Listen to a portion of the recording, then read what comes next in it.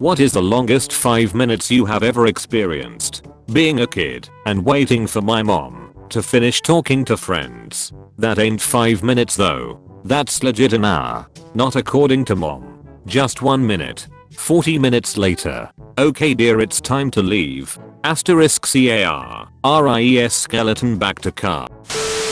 I was on placement with a doctor and he told a patient that he might lose his leg due to diabetes. It obviously upset him, but the doctor left to go get something, leaving me in the room with him. He must have been gone for only 2 minutes, but I swear it felt like 20. The guy was quietly sobbing to himself, and I had no idea what to do or say. So, on the plus side, you'll save 50% off shoes. Sorry, soldier, shoes sold in pairs.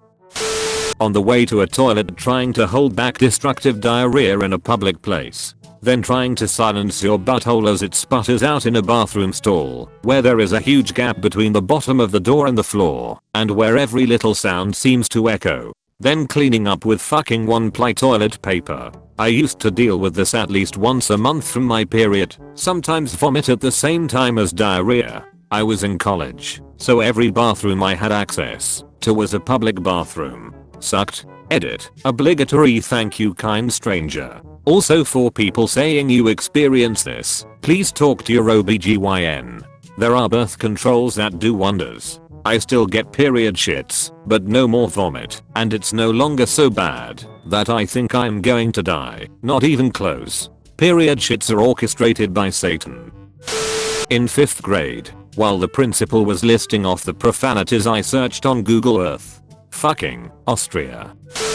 Waiting in front of the bathroom because I need to pee, but my brother locked the door. 10-year-old me waiting inside the restroom for my mom to come in and help me get my dung off my zipper. Vividly remember those 5 minimums of excruciating pain. Longest 5 minimums ever. Being young and waiting for my mom to pick me up from somewhere, and she was late.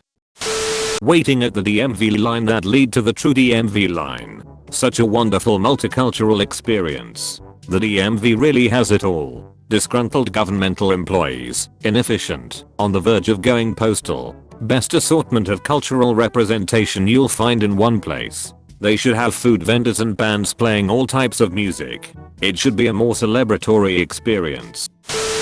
Waiting for that pregnancy test result, regardless of how you want the result to sway. Waiting for HIV tests as well. Even if you were with the same person, since the last time you both got tested or used condoms every time, you can't help but wonder if some Lifetime movie shit is about to happen to you.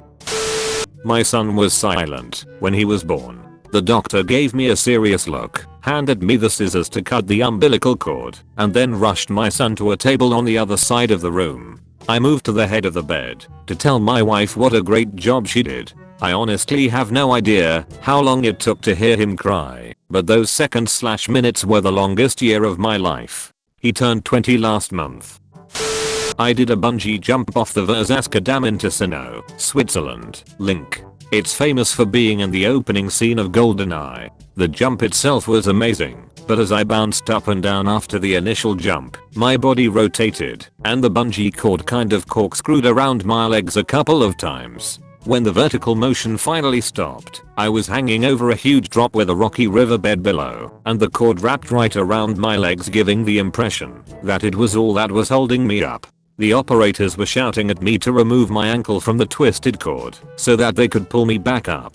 My rational mind knew that I was securely fastened at the hip, but the tension of the cord on my ankle made it feel like I depended on it and that I would fall to my death the second I unwrapped it. I was physically unable to unwrap my ankle for a full 5 minutes while the guys shouted down from the top of the dam. Upside down, blood rushing to my head the whole time.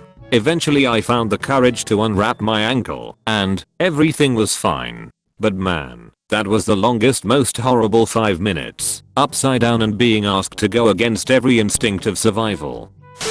Sang a song in front of line 300 people without a monitor, so I couldn't hear shit, but I just knew I was totally off key. Edit. Like, I recently had a very frightening sleep paralysis. It probably just lasted for a few minutes, but it felt like ages.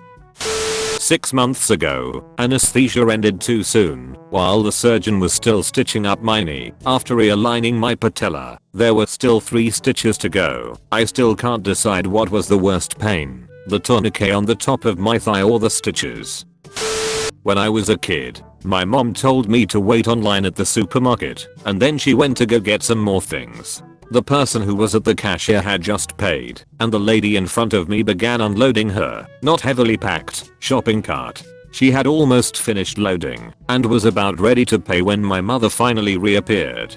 Those were simultaneously the longest and the shortest and most terrifying 5 minutes of my life. A presentation about grass. I don't know why we had to watch it, or why they chose to do it. Mayo watching my crush walk away after I told her how I felt. Then she came back about 5 minutes later and just quietly told me she didn't want to speak with me anymore. Edit. Thank you for all the F's for respect. I'm humbled. It hurts a little less when you start your sentence with LMAO. Every time my dad begins a story I've heard 100 times. Had her, especially if they got a few beers in. Talk about hell. Watching sex scenes with parents. I'm an adult now and it still makes me uncomfortable. Don't watch the ones your parents star in. That's my advice.